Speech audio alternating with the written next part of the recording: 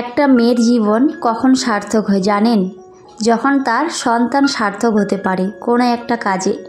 আমার এই ছোট্ট ছেলে আবির, ও কিন্তু আর্ট খুব সুন্দর করতে পারে, তো সেজন্য ও আর্ট করেছিল। তো কম্পিটিশন হয়েছিল আমাদের পুলিশ স্টেশনে, তো সেখানে ও নাম দিয়েছিল। আর আমার ছেলে কিন্তু অনেক সুন্দর ড্রয়িং করেছিল, আর যেহেতু অনেক সুন্দর আর্ট করেছিল তো সেজন্য সেখান থেকে এই যে সম্মানিত করেছে। তো আমি তো অনেক খুশি, আর তার সাথে আমার ছেলেও কিন্তু অনেক খুশি, ও কিন্তু বারবার করে দেখাচ্ছিল। তো আবিরের এই খুশিটা আমার কাছে যে কতটা আনন্দের সেটা আমি বলে বোঝাতে পারবো না। তো সবাই আমার ছেলের জন্য অনেক অনেক দোয়া করবেন, যেন বড় হয়ে আরও অনেক দূর এগিয়ে যেতে পারে, আরও অনেক ভালো কিছু করতে পারে। সবাই আমার আবিরের জন্য দোয়া করবেন।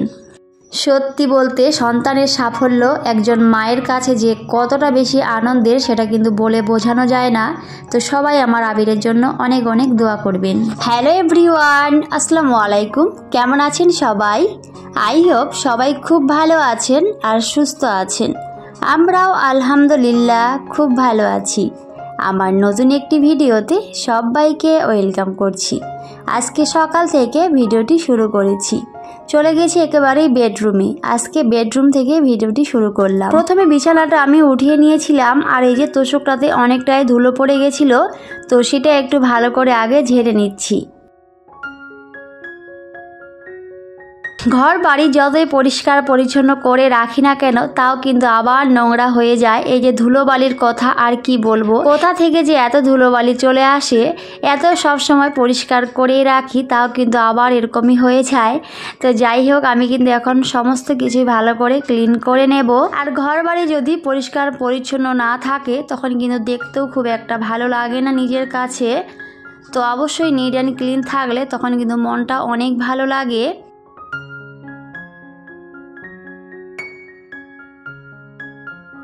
ঘর বাড়ি সাজাতে আর পরিষ্কার পরিচ্ছন্ন করে রাখতে আমরা কিন্তু হাউসওয়াইফরা সবাই অনেক বেশি ভালোবাসি। আমরা কিন্তু সবাই চাই নিজের ঘরটাকে সুন্দর করে সাজিয়ে পরিপাটি করে রাখতে, যাতে নিজের কাছে অনেক বেশি ভালো লাগে, আর তার সাথে ফ্যামিলির যে মানুষগুলো আছে তাদেরও অনেক ভালো লাগে। আর বাড়িতে যখন কেউ আসে তখন যদি দেখে যে না, বাড়িটা অনেক সুন্দর গোছানো পরিপাটি, তো তখন কিন্তু আরও অনেক বেশি ভালো লাগে। কারণ প্রশংসা শুনতে কিন্তু আমরা সবাই অনেক বেশি ভালোবাসি। আর কেউ যখন এভাবে প্রশংসা করে যে না, তোমার বাড়িটা অনেক সুন্দর করে পরিষ্কার পরিচ্ছন্ন করে রেখেছো, তখন কিন্তু সত্যি খুবই ভালো লাগে, আর মনের মধ্যে অনেকটাই আনন্দ কাজ করে। আর তখন মনে হয় যে না, আমার কাজটা হয়তো সার্থক হয়েছে, হয়তো একটু কষ্ট করি, সমস্ত কিছুই করি, তবে এই যে যখন কারো প্রশংসা পাই তখন কিন্তু সেই কষ্টটার কথা আর মনে থাকে না, তখন কিন্তু অনেকটাই বেশি ভালো লাগে। আর আমার সবচেয়ে বেশি ভালো লাগে নিজের কাছে পরিষ্কার পরিচ্ছন্ন থাকলে, নিজের কাছে সবচেয়ে বেশি ভালো লাগে। আমার এই ছোট্ট সংসারটা আমার কাছে অনেকটাই শান্তির একটা নীড়। আমি কিন্তু খুব একটা বাইরে যাই না, সব সময় এই বেশিরভাগ আমি ঘরের মধ্যে থাকতে অনেক বেশি ভালোবাসি।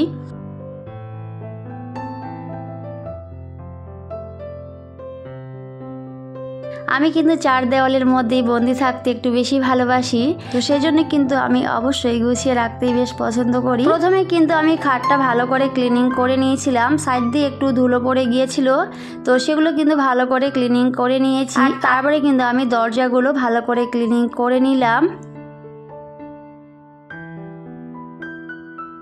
এমনি হয়তো বোঝা যায় না, কিন্তু এই যে হাত দিলেই বোঝা যায়। দরজার যে ডিজাইনগুলো আছে সেগুলোতে কিন্তু অনেকটাই ধুলো পড়ে গেছিলো, তো সেগুলো কিন্তু আমি ভালো করে ক্লিনিং করে নিলাম। আর বললামই, ঘর বাড়ি পরিষ্কার পরিচ্ছন্ন থাকলে দেখতে কিন্তু অনেক বেশি ভালো লাগে, মনের মধ্যে অনেকটাই শান্তি কাজ করে। হয়তো আমার সংসারে কোনো দামি ফার্নিচার নেই বা কোনো কিছুই নেই, তবে এই যে যতটুকু আছে সেগুলোকে যদি সুন্দর করে সাজিয়ে গুছিয়ে রাখা যায় তাহলে কিন্তু বেশ ভালোই লাগে দেখতে।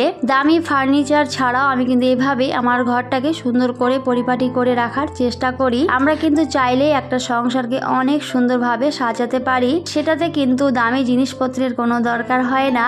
একটু ভালোবাসা আর পরিশ্রম দিলে কিন্তু অনেক বেশি সুন্দর লাগে। আর আমাদের মতো মধ্যবিত্ত পরিবারে কিন্তু চাইলেই আমরা সব কিছু একেবারেই পেয়ে যাই না, তো সেটার জন্য অনেকটাই ধৈর্য ধরতে হয় আর সময়ের অপেক্ষা করতে হয়।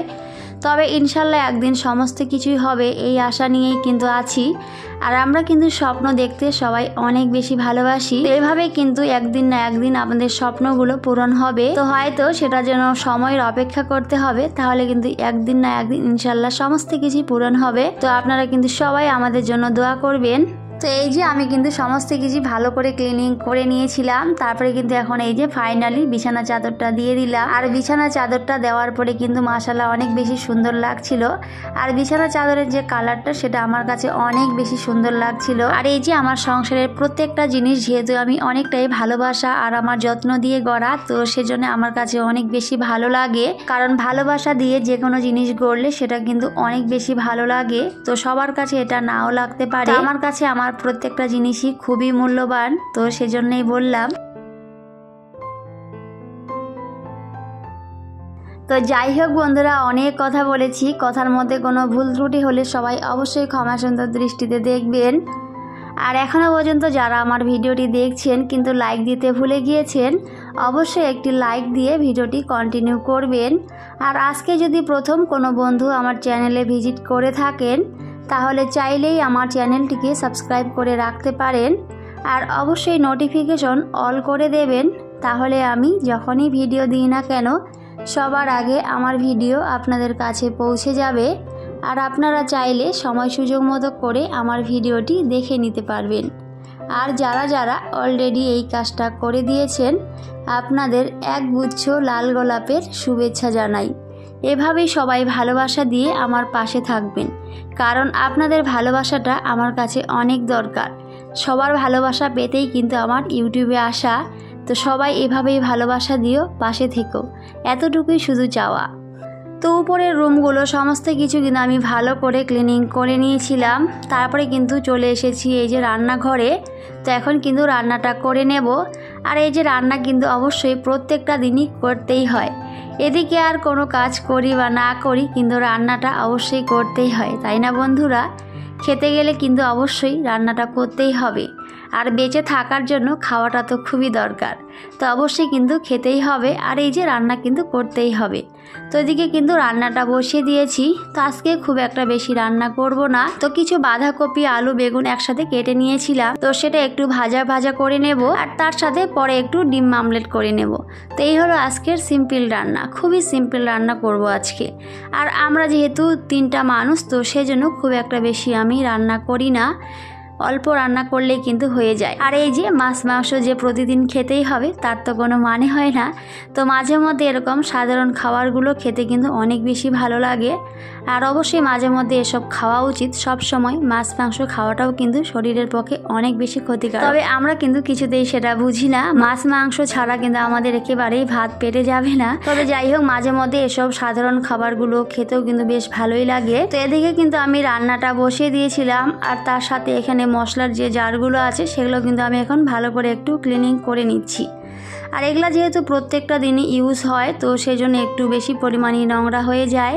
তো এই যে মশলার জারগুলো কিন্তু একটু নোংরা হয়ে যায়, যেহেতু প্রত্যেকটা দিন ইউজ হয়, তো সেই জন্য একটু বেশি পরিমাণে নোংরা হয়। তো আমি কিন্তু সেগুলো আগে ভালো করে একটু ক্লিনিং করে নিলাম। আর এভাবে ক্লিন করে রাখলে কিন্তু দেখতেও বেশ ভালো লাগে।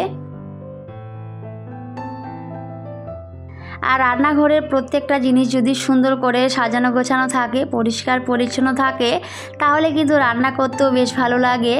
আর যদি নোংরা হয়ে থাকে, এলোমেলো থাকে, তখন কিন্তু রান্না করতেও খুব একটা ভালো লাগে না। তো বললাম এই যে আমরা কিন্তু সবাই পরিষ্কার পরিচ্ছন্ন জিনিস অনেক বেশি পছন্দ করি।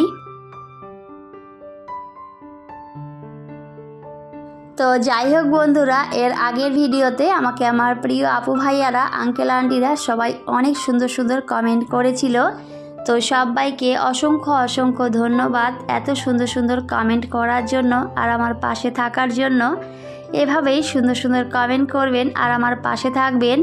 আপনাদের সুন্দর সুন্দর কমেন্ট আমার অনেক বেশি ভালো লাগে। আমি অনেকটা উৎসাহিত হই সবার কমেন্ট পড়ি, সত্যি অনেক বেশি ভালো লাগে। তো এইভাবেই ভালোবাসা দিবেন, সুন্দর সুন্দর কমেন্ট করবেন, আমাকে উৎসাহ দেবেন। আর এখন এই যে চলে গেছি রান্নাঘরে, তো এখন কিন্তু আমি খেয়ে নেব।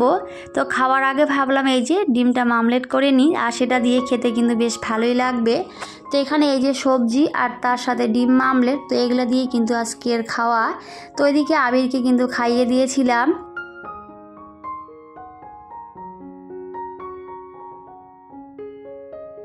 তো এই যে এখানে খুবই সিম্পল রান্না আজকে, তো সেটা দিয়ে কিন্তু আমি এখন খেয়ে নিচ্ছি। আর এভাবে খেতেও কিন্তু বেশ ভালোই লাগছিল।